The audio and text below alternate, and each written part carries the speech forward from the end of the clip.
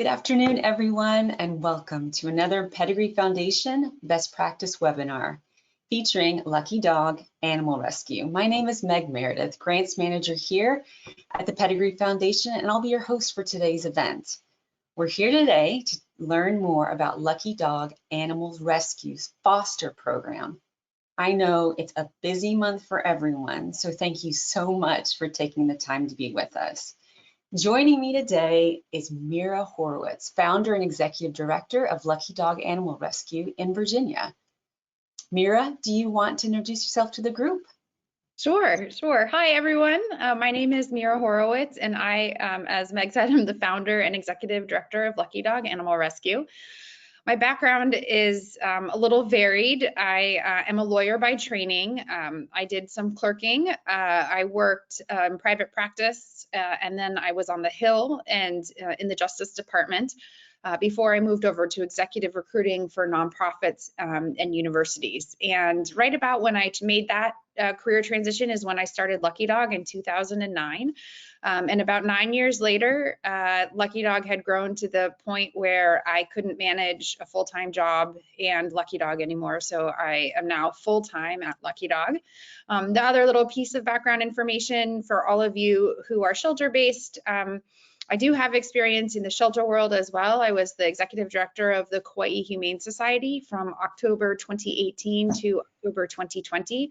I came on board in a period of time when they were in bankruptcy or close to bankruptcy and had about a 60 to 70% euthanasia rate, and was able to turn that around and get them up to dogs about 90% live release rate and cats about 82% live release rate. So I can speak to fostering in a shelter setting as well, to the extent that people have questions about that. But most of my presentation today will be about Lucky Dog. All right, well, should we get started? Yeah, if you give me just a second and we'll go over a couple housekeeping items. You know how to participate today. I've taken a screenshot of an example of the attendee interface. You should see something that looks like this on your own computer desktop. You're listening in using your computer speaker system by default, but if you prefer to join over the telephone, just select telephone in the audio pane and the dial-in information will be displayed. So don't forget, you can submit questions today by typing them into the questions pane of the control panel. You may send in your questions at any time during the presentation, and I'll collect these and we'll address them at the end of the session. Okay, well then let's get started. Here's Mira. Thank you. All right, so Lucky Dog Animal Rescue, embodying what we do and what we are and what we do. We are a foster-based animal rescue located in Virginia. All right, next slide. So Lucky Dog was founded in 2009, and our mission, like many of yours, is at the core to save animals. But our formal mission statement does say that we are a volunteer-powered nonprofit dedicated to rescuing homeless, neglected, and abandoned animals from certain euthanasia and finding them loving forever homes. I just want to highlight that because volunteer-powered was a really important part of our mission statement. We have 8 staff, but we have over 2,000 volunteers, and every single animal in the DC area is in a foster home if they're in our care, unless we have a couple dogs that go into boarding if fosters are out of town or if we're a little bit short at any given time. At most in boarding at any time is about 6 to 8 dogs, and usually we have about 200 animals in care at any given time. The other part of our mission statement and goals is education-based. So making sure that we are educating people about how to be good pet parents, including good foster parents. As we are trying to place animals in adoption, our policy is not to try to be so judgmental or place the bar so high that we're not moving animals pretty quickly. Our animals usually stay in foster care anywhere from 24 hours to, on average, I think average length of stay is about 2 weeks. So we want to find the best possible match as quickly as possible. And we work really closely with our fosters to do that. So I do want to highlight also that education piece of our mission. this is not in the slide, but just as a piece about Lucky Dog, Lucky Dog is based in the DC area. However, we work with high kill shelters throughout the rural South, and our primary shelter partner where we get more than half of our animals is Florence County, South Carolina. And Florence County, South Carolina, like many very rural Southern shelters, has no adoptions. I think they adopted 4 animals out last year, and they don't have a foster program, and they don't have any adoption staff, and it's, as you can imagine, how that shelter goes. So Lucky Dog did just purchase 20 acres in Florence, South Carolina, and we are really excited to be building a rescue center. We're going to have a parvo treatment building. We have a ringworm treatment building already built, and then there will be a transfer kennel as well, where animals will come and get ready for transport, specifically to rescues north or even west, and trying to figure out a way to gather the information about animals before they go to a rescue, because we know as a receiving rescue, it's harder to place animals if you don't know they're good with dogs, good with cats, if they don't have all their vaccines, because we don't have a shelter to bring them into in order to get them ready for foster care. So that's an exciting part of what Lucky Dog is going to be doing in the future. Next slide.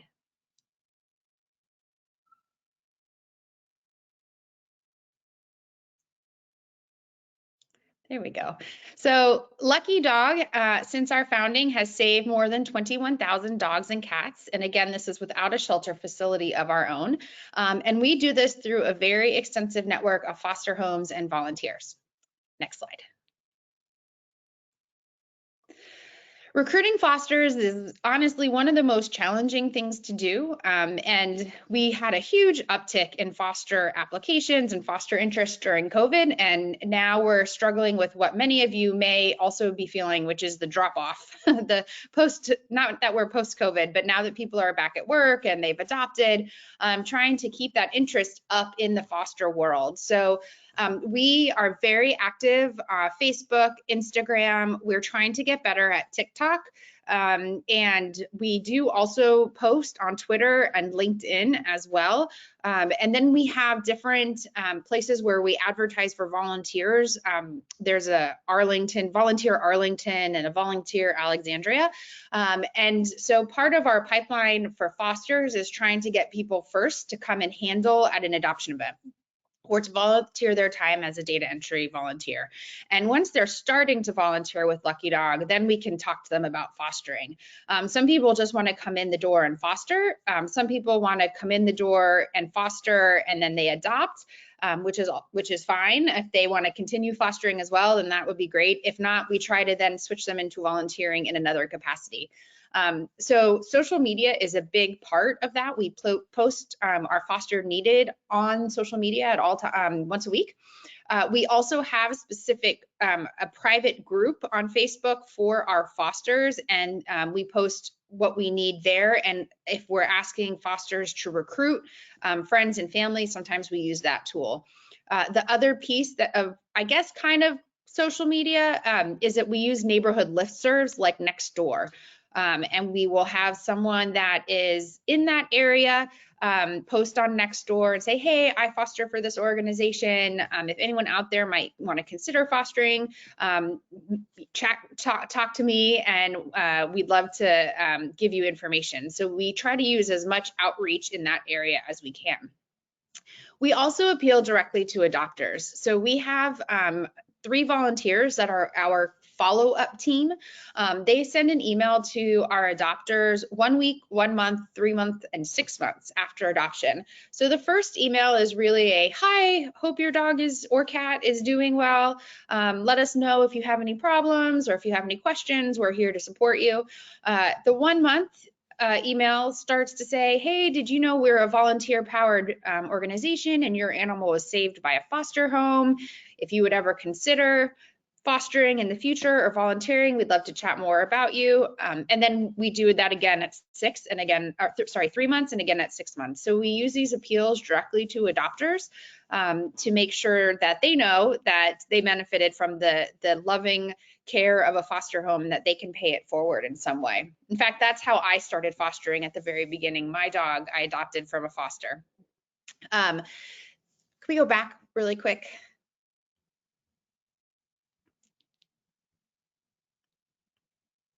I'm not sure if Meg was able to hear me, but oh, there we go. Perfect. The other two ways that we recruit fosters are word of mouth. So people and dog parks, our fosters go to dog parks, our fosters go on walks. We allow them, or we give them bandanas that say "Get Lucky, Adopt Me." And people, it's a great way to start conversation. All of our fosters have a lot of Lucky Dog swag that they can wear. We have t-shirts for them that say "Ask me about my lucky dog." So we try to spread the word in our community about the need for foster parents. And then we have events. So Lucky Dog, as a foster-based organization, there's no real way for any adopter to come and meet multiple animals except for our adoption events. So our adoption events are really big events at our Petcos and PetSmarts. On Saturdays, we do small 10-dog or cat events, and on Sundays, we do events with upwards of 100 animals on site. And as you can imagine, this attracts a lot of attention, and we do a lot of foster signups at these events. We also, because we don't have a facility, our transport comes into a local kind of shopping mall area by Dogma Dog Bakery, and there's a ton of foot traffic there. And so we always have brochures and QR codes available for people as they're walking by and they're seeing all the animals unload off the van. They're always interested, hey, what's going on here? And oh, that looks really fun. How can I do it? So those are things that we do. And then lastly, we have something called community development events. So during the week, we hold pup parties. We go to office buildings. We have done de-stressing events for law schools and universities. Some of those were pre-COVID, but we're starting to get more of them now as people are opening back up. So those events, again, are great ways to recruit fosters. We have a couple of local organizations that host us for happy hours. But pretty much we use every single event that Lucky Dog is at to have materials about fostering, and we have found post-COVID that QR codes are just fabulous. So every ask that we have, there's a QR code for. So we have signage. If you want to adopt, scan this. If you want to donate, scan this. And if you want to foster or volunteer, scan this. And people are really receptive to not having to take paper with them. They're much more likely to grab their phone, take a picture, and move on than they are to have to like come and get physical paper that they have to track down later. So we found a great deal of success with our QR codes. All right, next slide. So we have a variety of different ways that people can foster. And we kind of talk to people about it as a foster option for everyone. Wait for hopefully the slide will come up.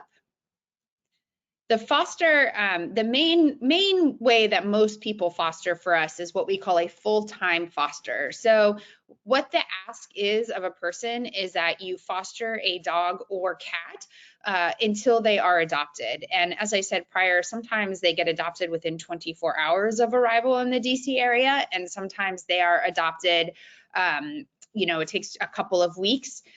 Our long stay dogs have been around a couple of months. Those are generally the ones that have behavioral issues or kind of more advanced medical issues that we're dealing with. But that is the ask of a full-time foster. What we also tell our full-time fosters is if you are going to be traveling out of town, please let us know. So for dog fosters, what we try to do is move the dog on a temporary basis to a temporary foster. For cat fosters, because cats really struggle with environmental moves, like if the person's going out of town for 3 days, it's pretty rough on the cat to move them to a temporary foster for just 3 days. We will ask if they're comfortable with us finding a volunteer cat sitter to come into their home and feed their cat and play with their cat, or if they have a personal cat and they have a cat sitter coming in, could they care for their foster cat during that time? Meg, are we able to move to the next slide?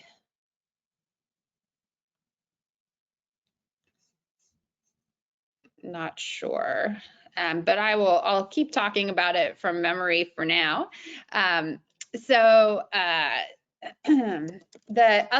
what we then, sorry, if someone is going out of town for a dog, we have to have a group of temporary fosters. So that's really ideal for people that work a lot.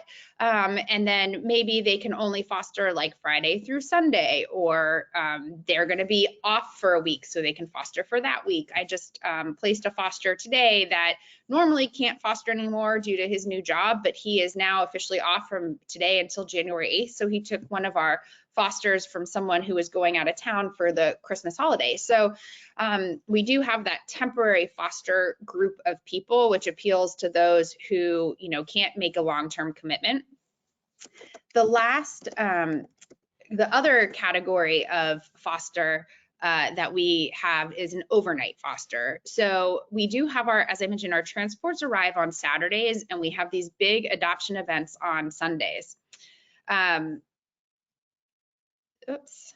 The Sunday adoption events have a lot of, everyone comes to them.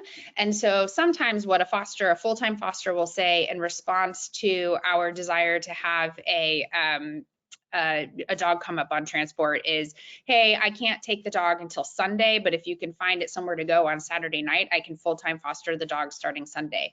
So then what we'll do is start looking for an overnight foster, and their only obligation is to meet transport, take the dog home that night, and then bring it to the adoption event the next day, where the full-time foster will pick up and then move on. So we do try to accommodate everyone. So we have people that can only overnight on a Saturday night. We have an option for them. People who can only overnight or only foster for a short period of time, we have the temporary foster program. And then people who can foster full-time, we have the full-time foster program.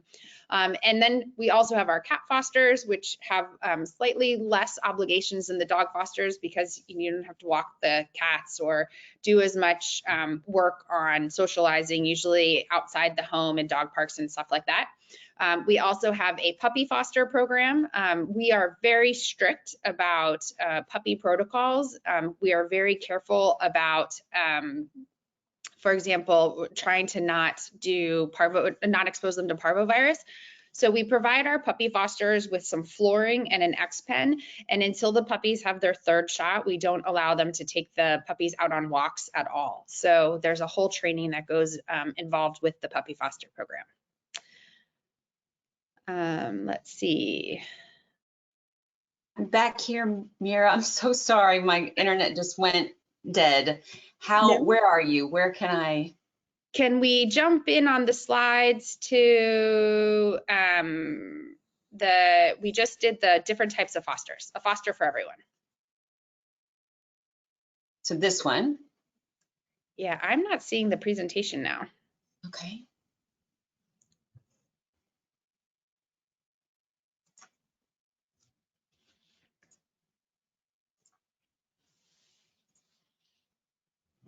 Oh, there we go. Yeah. Okay.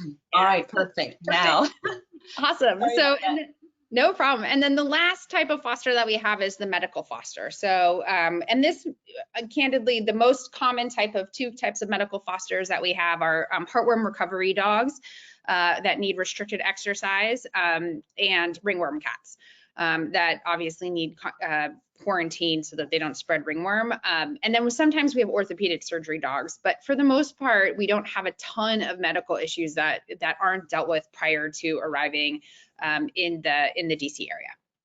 So next slide, please. So our foster application process, it actually doesn't take that long. The 4 steps make it seem like it can, but it doesn't. So the questionnaire is an online questionnaire that goes to our foster screening team. We have a lead for the foster screening team. She asks the foster screeners who can take an app. I have 5 apps and she distributes them.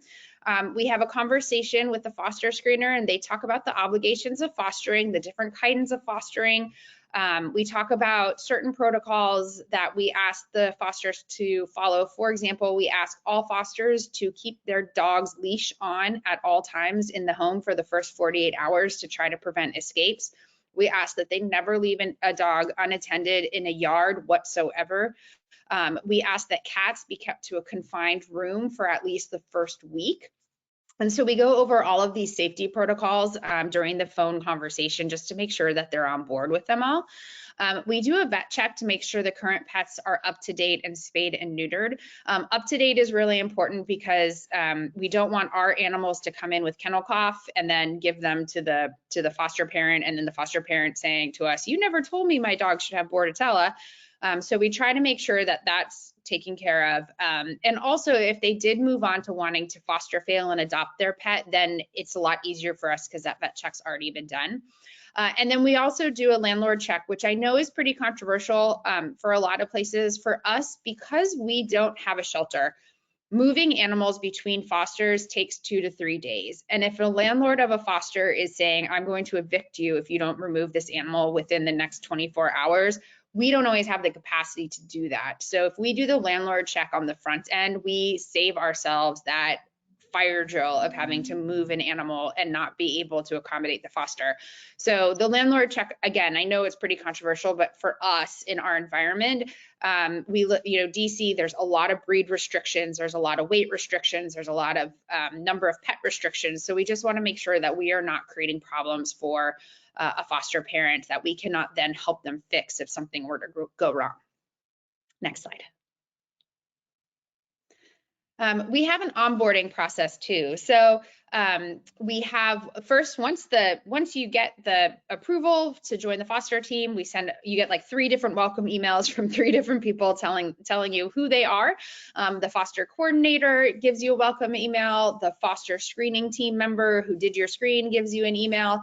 And then you're also automatically put on our email distribution for the fosters and our Slack distribution for the fosters. So we are experimenting with Slack. I don't know if many of you use them, but one of the feedback pieces that we've been getting is we send too many emails. And so we're trying to get people to start communicating via Slack. Candidly, it is a definite work in progress because while people say they would love to get less emails, they actually don't check Slack. So we're trying to figure out how to incentivize people to use the tool that we thought would be the solution to the problem. We do also have foster mentors, and we found that particularly for puppy fosters and for cat fosters, the mentor seems to work really well. The dog fosters seem to be a little bit more independent and not as interested in having the foster mentors.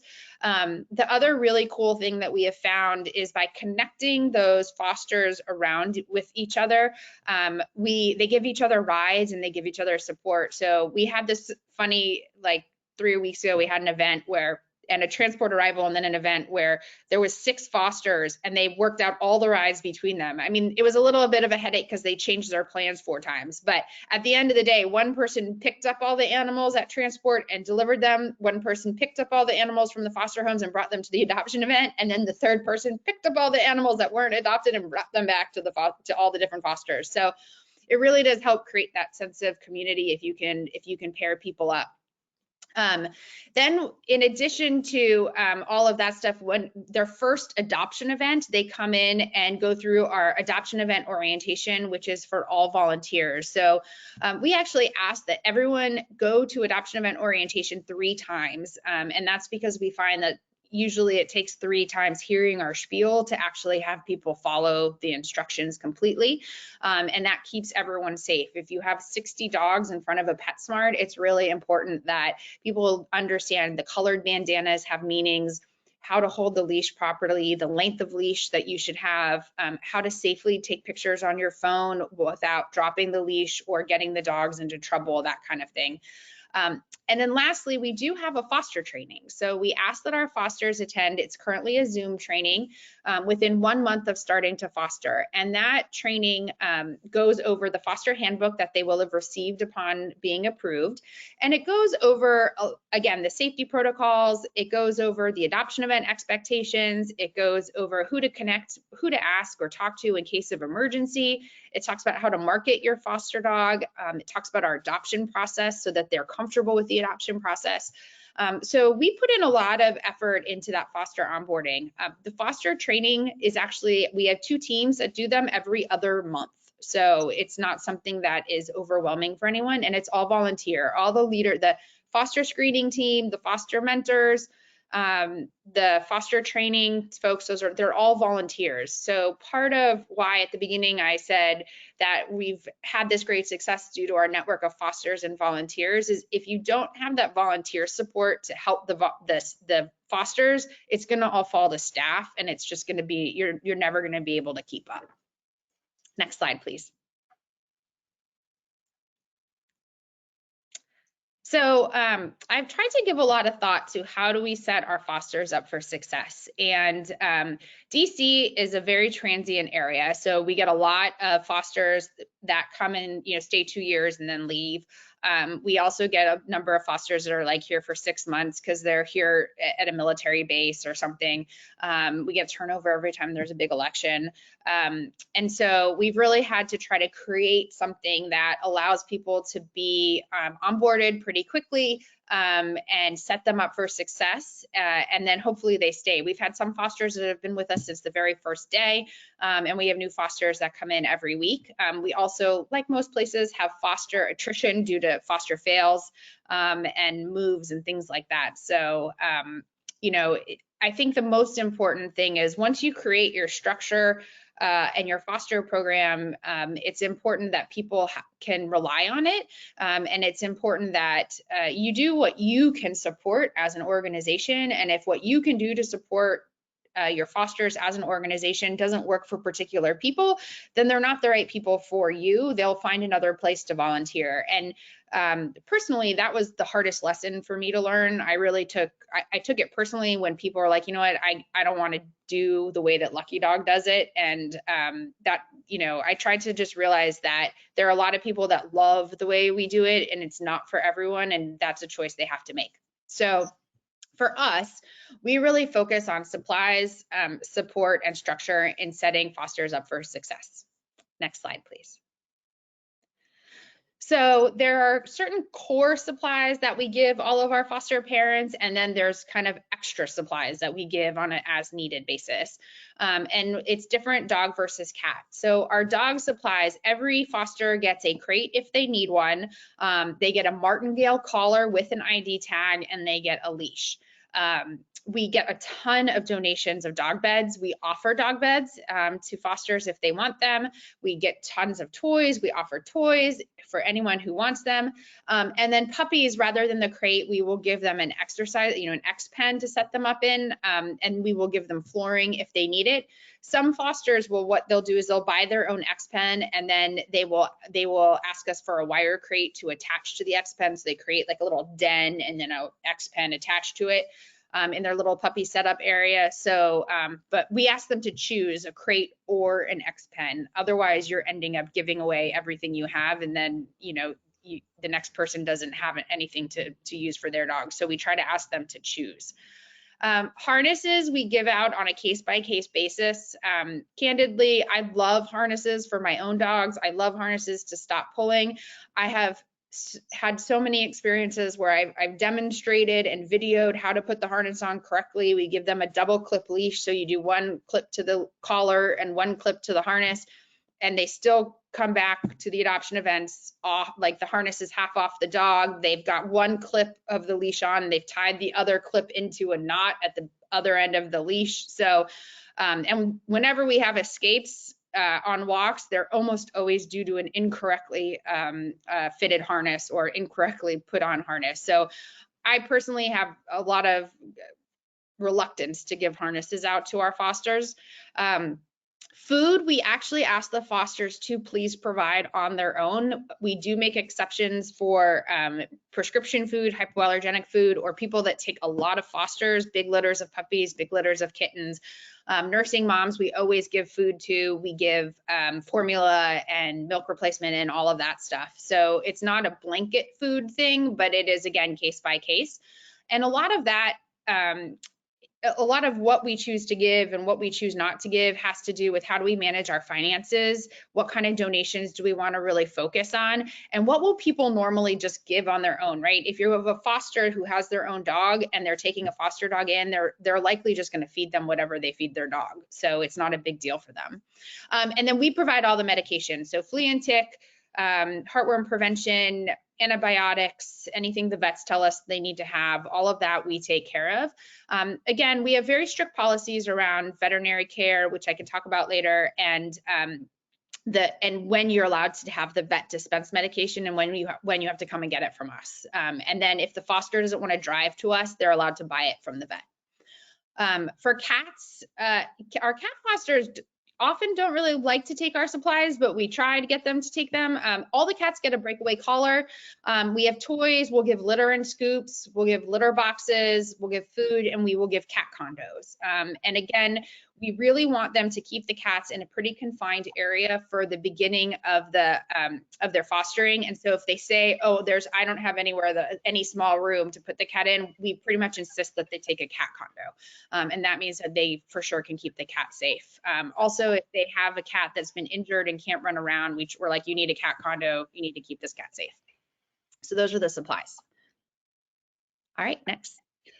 Support. So supporting our fosters is one of the most important things that we do. And I always, when I do foster trainings, talk about my very first foster experience, which I was fostering for an organization, and they should have never given me a scared beagle, but they did.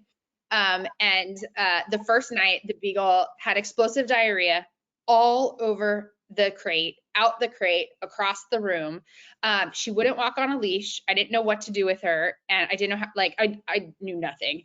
And I called the rescue, and I was like, I couldn't get through to anyone. I felt I was all alone, and all I wanted was someone to say, it's okay, I've been there, don't worry, it gets better. And I didn't get that support. So it's one of those things that I've really focused on in terms of our foster support team and our staff is, you may have seen a foster that has had diarrhea in people's homes a million times by now, but they're probably experiencing it for the very first time. And to them, it is critical, right? Or their cat is sneezing and you're like, oh, whatever, URI, I'll get you meds tomorrow.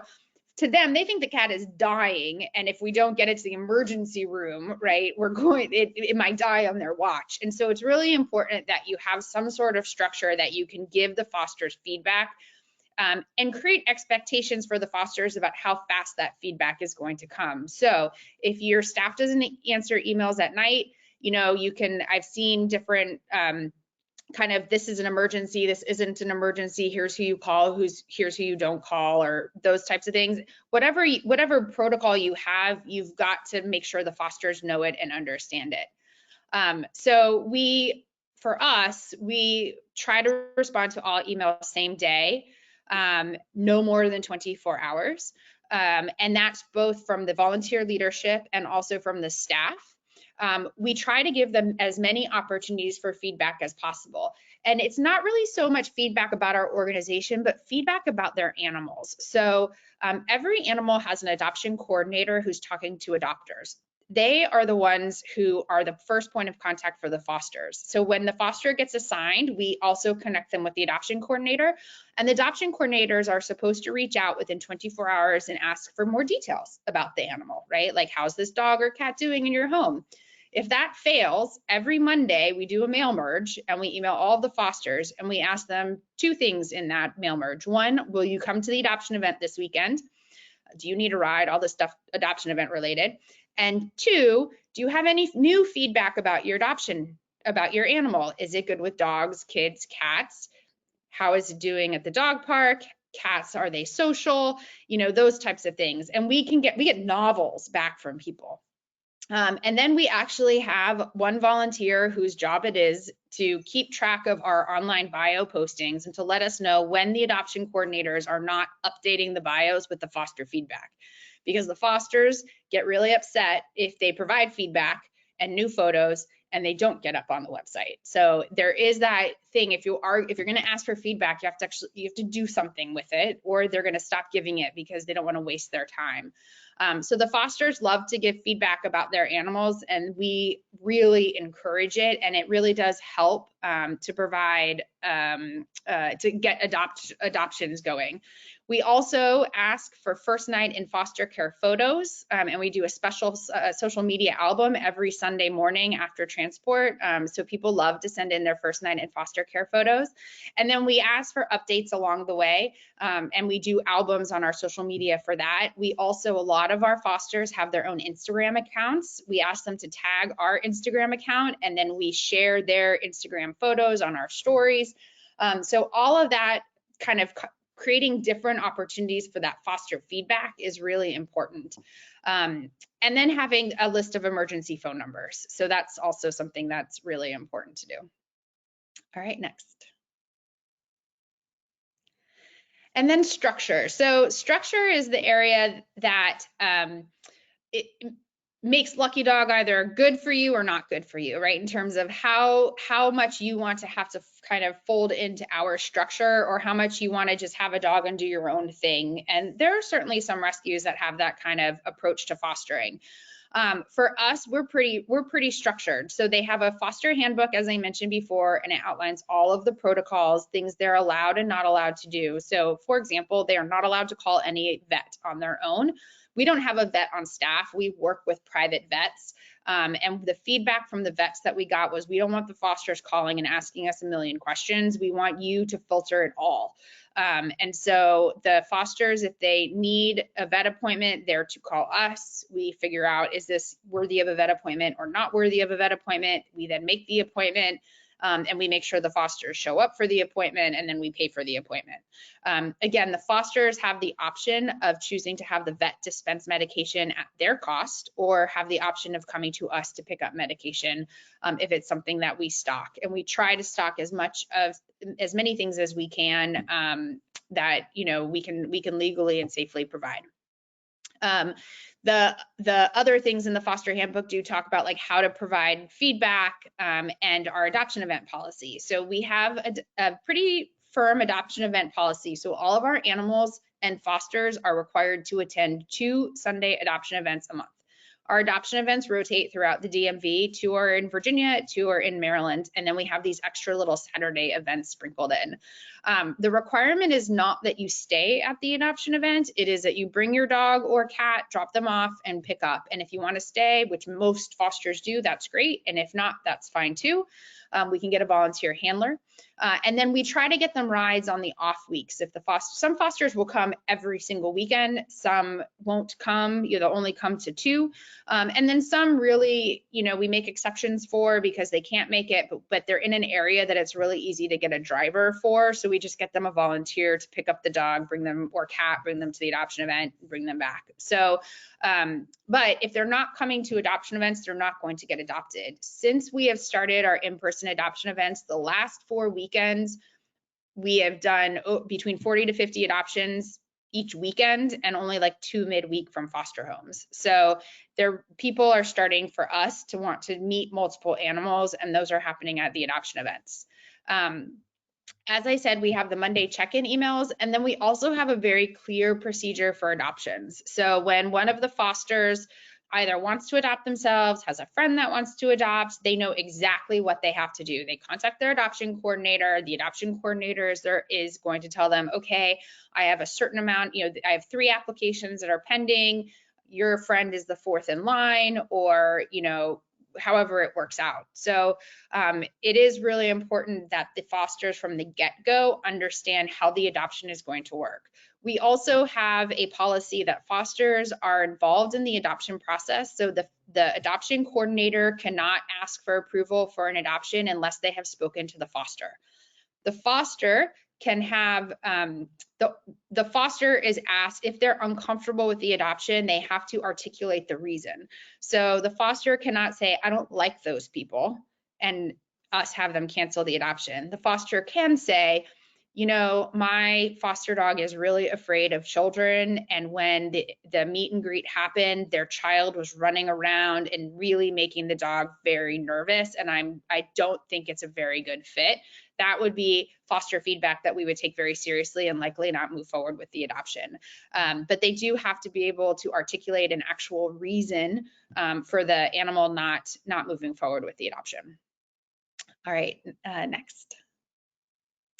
I think this is our last slide, I'm pretty sure. So the last thing that is really important to us is celebrating success. So we send out an adoption announcement for every animal that is adopted on Monday through Thursday. They get their own adoption announcement that goes to our volunteer listserv. And then we make a list for the Friday through Sunday adoptions, because otherwise it becomes a spam and everyone gets super overwhelmed by the number of adoption announcements. So a single list goes out on Sunday night, and then on social media, we post the entire week's adoptions. And we make a big deal to highlight the long stay animals that get adopted. If there's foster failures, we welcome them to the Failed Foster Club. And so we try really hard to celebrate success. And that was also something that was really important to me when I started Lucky Dogs. So the rescues that I had been involved with before, their volunteer listserv, their internal listserv was a constant barrage of euthanasia list after euthanasia list after euthanasia list. And I always felt like I was one person and I could take one dog at a time, and I was never going to have any success because there were all these animals out there. And so we don't circulate the euthanasia list to our volunteers. We talk about the dogs that are confirmed for transport and coming in and need our help. And we talk about the dogs and cats, same with cats, and the dogs and cats that are adopted and are succeeding. And then we also make a really big point to post adoption success stories on all of our Facebook groups and all of our social media. I think one of the things that is important for setting up a successful foster experience is giving first-time fosters for their first couple dogs or cats animals that you know are going to move pretty quickly. So we try really hard not to give a first-time foster super under-socialized cat or a dog that, you know, is a 75-pound pit mix who's got leash reactivity or something like that. We try to give them the dogs that we think are going to end up getting adopted, or the cats that are going to be adopted pretty quickly, because that's why they're fostering, right? They are fostering in order to get these animals into homes and to feel like they're contributing. So then if their first 3 fosters are adopted within 24 hours to 2 weeks, if their 4th foster ends up staying with them for 6 weeks or 7 weeks, they're okay with that because they know there's a light at the end of the tunnel. The ones that the fosters that we don't retain very well are the ones where we've given them an animal that they're not prepared for, because it's usually because it's too early in their foster experience. So, and you can't always predict that. So if you have a mismatch, we work really hard to try to switch them out pretty quickly. And a lot of times we'll know that within the first 24 hours. So if they take a dog off transport or a cat off transport on Saturday and they come to the adoption event on Sunday and they're telling us, you know what, I am really struggling with this animal for these reasons, we'll try to do little switcheroos and get them set up with someone that is a better fit. We had actually a very funny situation a couple weeks ago where we did that, got the foster to agree to take a different dog home, and she handled that different dog at the event to get used to her, and by the end of the event the dog was adopted, right? So that was a little faster than normal, but she felt fabulous she came into the adoption event feeling like she was failing as a foster parent, and she left the adoption event being like, I'm ready to sign up for the next one. So remembering that the goal is to get these animals into their forever homes, and the fosters want to be a part of it. So I think when I was at the shelter, what we would do is we'd send them out to foster, then we'd bring them back to the shelter and put them into the kennels, and then they'd get adopted. And I think that missing piece was the fosters didn't see the result of their hard work and success. So I think that's something that's really important. I think there's one more slide. I think the question slide. That's it for us. I mean, I feel like we covered a ton of information today, Mira. But I do know, I can see that we have several questions. So let's see how many we can get to. But I do want to let you know, this is being recorded today. So, and everyone that's registered will get a copy of this recording. You can also email me and ask me if you'd like a copy of the presentation. Happy to do that. I know Mira's happy to send that. And then she's also happy to answer any other one-off questions that you might have for her specifically. But let's go through right now what the questions we do have, and we'll get through as many as we can, okay? And my email is on this slide. So if anyone, wants to reach out, I generally respond within 24 hours. That's her best. She does. So, okay, here's the first one. What are your procedures for dogs that have special training needs? Yeah, that's a great question. And we are struggling with that, to be completely candid. So we have a trainer, we have a couple of trainers, but we have one in particular, and I'm going to focus on our reactive dogs because those are our hardest ones. We have a trainer that we have negotiated a pre-package with, and so our ask of the fosters, if they're willing to work with these dogs, is that you commit to fostering the animal until adopted, and that you will do whatever homework the trainer is going to ask you to do, because the training sessions are $100 each. So we will happily set you up with a trainer as long as you're going to actually do kind of the work behind it.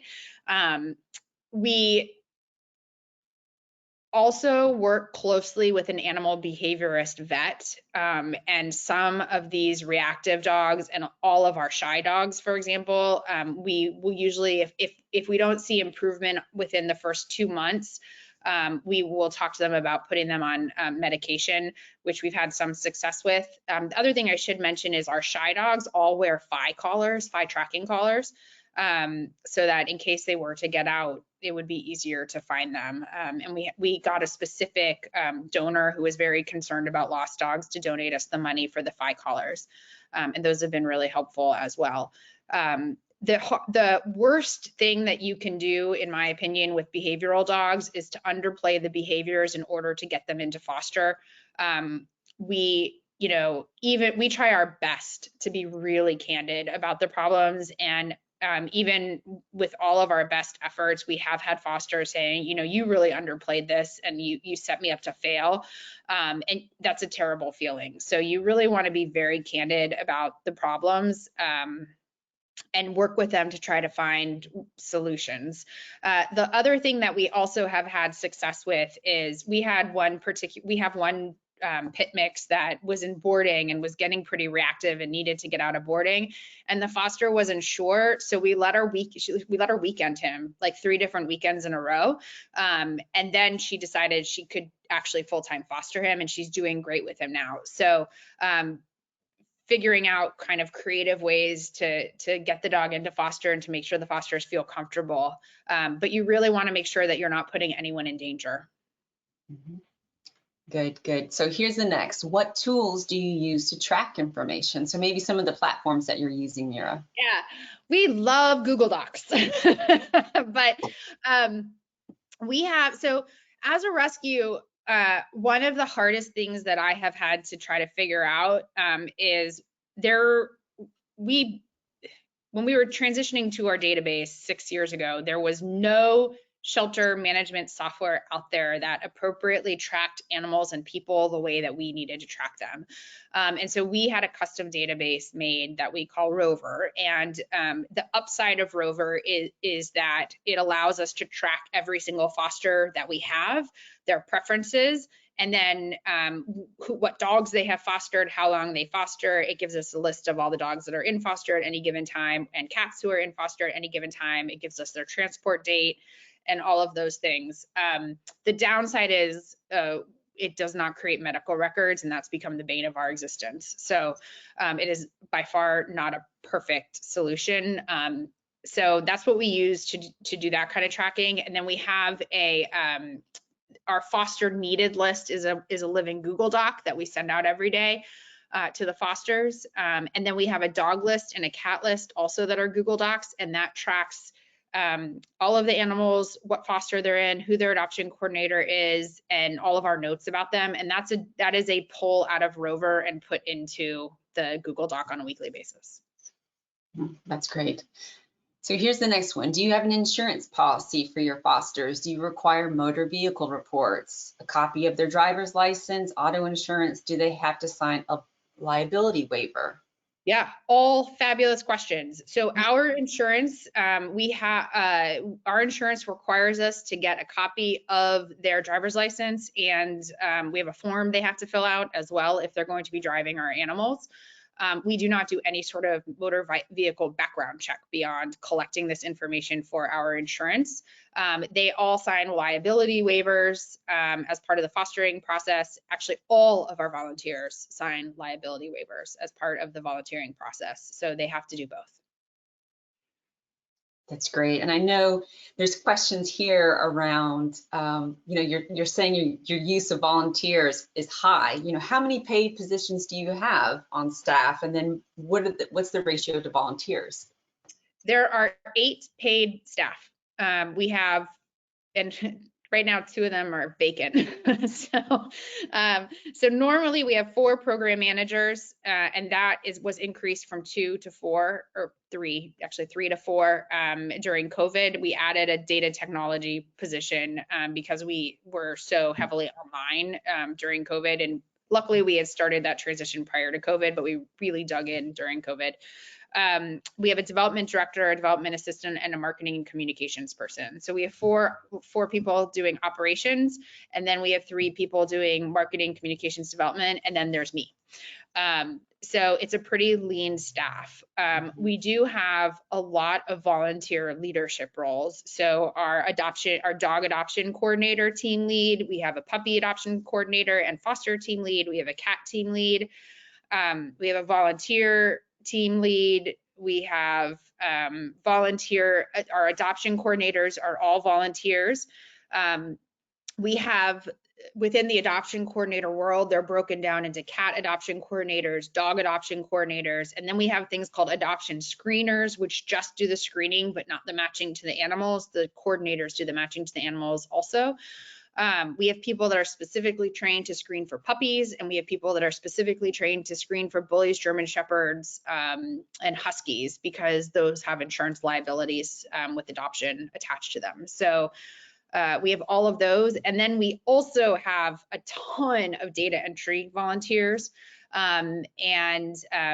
Then the last category that's worth mentioning is we have a group of people called our master handlers, which are people that come to adoption events regularly and have some level of skill with handling the more reactive dogs. And so we have certain dogs that only get to come to adoption events if a master handler is available to take them. And that's our way of keeping them safe.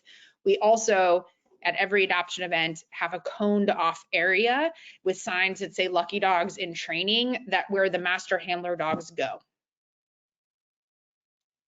That's great. Then I think we're back to, so I think this question is about South Carolina, your facility in South Carolina. Yeah. Is that facility going to house permanent dogs that would otherwise be in foster care? No, actually. So our vision for that facility is completely focused on transport and providing care that otherwise cannot be achieved easily in Florence. And so that's where the Parvo building comes in, the ringworm building. And then we're also, I didn't mention, we'll have a building that is half heartworm treatment dogs and half boarding dogs to try to generate some revenue. The transfer kennel and the cat building will be, the transfer kennel dogs should only be staying there at most 3 weeks. So they should come in, they should come in with their first shot, they get their second shot, and then they get out of there as soon as they're altered. We don't want to be in the position of housing animals long-term on this property, at least not right now. Our goal is to be able to help more than just Florence County, but bring in other animals. And we can't do that if we end up with permanent residents. Mm-hmm. That makes sense. And here's another one. Do all puppies go out spayed or neutered, or do you require a spay-neuter deposit? It's a great question.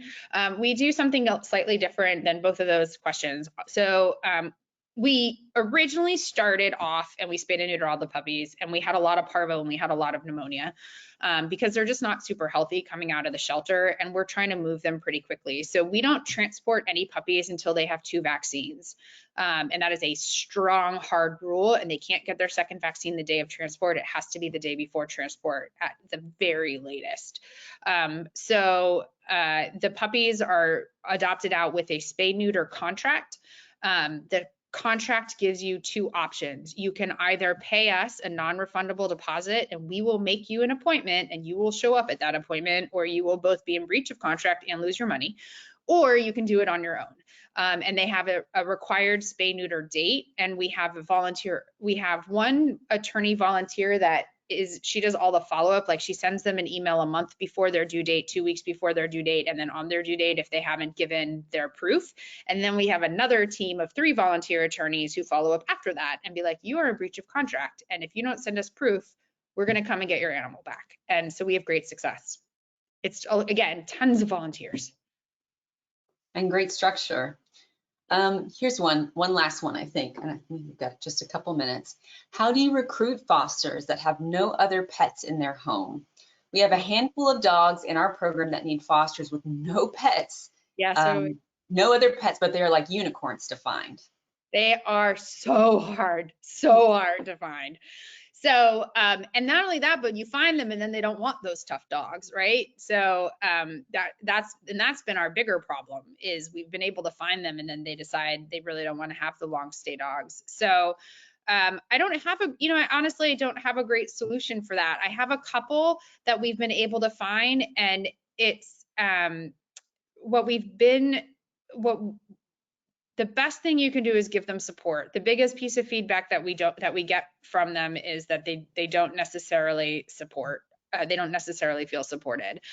In terms of how do we find them, we post about them. We found Nextdoor has been really helpful. So those Nextdoor email lists have been really helpful. And then honestly, as kind of sad as this is, whenever we get a note of someone's dog passing, we always kind of mention fostering and see, down the road as a way of getting back into something, but it's not easy, and they are unicorns. The other thing we do is we ask people who are single, like a foster that doesn't have any other pets, if they know anyone else that might be willing to do it. So it's a lot of just, I feel like it's throwing spaghetti against the wall and seeing what sticks. There's not anything specific that you can do.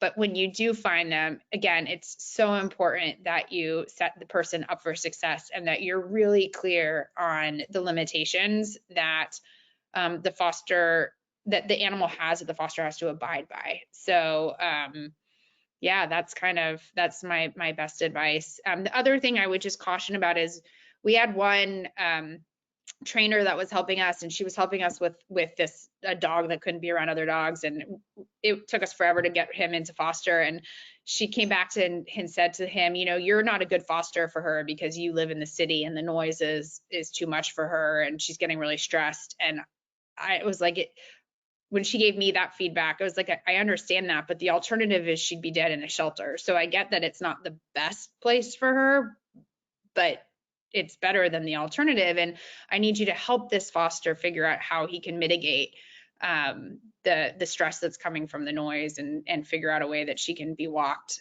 safely and stuff. So I wish I had a great answer. If anyone else has a better answer, I would love to hear it, because we're struggling with that too. Mm-hmm. Mm-hmm. And I'm going to squeeze one last one in. With longer term adoptable animals, what are your ideas around how do you support parents going through foster parents going through burnout? Yeah, that's a really good thing. So one of the things that we've really tried to help them with is, making sure, first, is their adoption coordinator the right adoption coordinator? We just brought on a volunteer that is going to be essentially our long stay dog liaison. So she's going to help the adoption coordinators market these animals, and she's also going to interact with the fosters to find out why are we not communicating the best way to set these animals up for success with adopters to make them seem more adoptable, right? Because there's some gap there.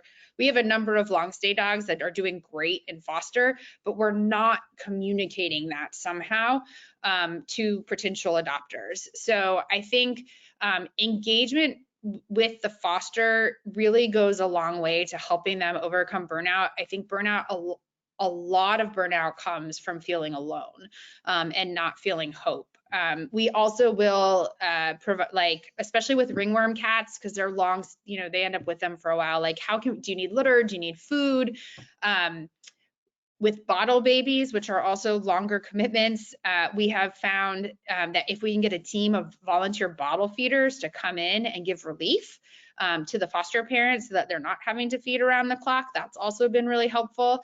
And getting other volunteers. We had one reactive dog, and the foster was starting to burn out, and our solution was to get another volunteer to come in and walk the dog during the day so that one of the walks the foster didn't have to deal with anymore. So even giving them little pieces of relief has really been helpful. I think we see that with even our staff and our friends and our family here, just a little bit of encouragement. Yeah, and there's no one size fits all. Yeah, there's no one size fits all. It's what is the trigger for them that's causing the burnout, and then how can you address that trigger? That's right. Listen, Mira, thanks so much. Thanks so much from the Pedigree Foundation for sharing your program, and for everyone else taking the time to join us. Like Mira and I said, reach out to us if you have any questions. If you want to see an example, she's happy to share that. Happy to share foster handbooks and you know, our dog list examples, and you know, anything that would be helpful. We, you know, no ownership over here. We copy from other people too. It's sharing knowledge. That's how we're going to get this all done. So thanks again, and happy holidays to you all, and we'll see you next time. Thank you.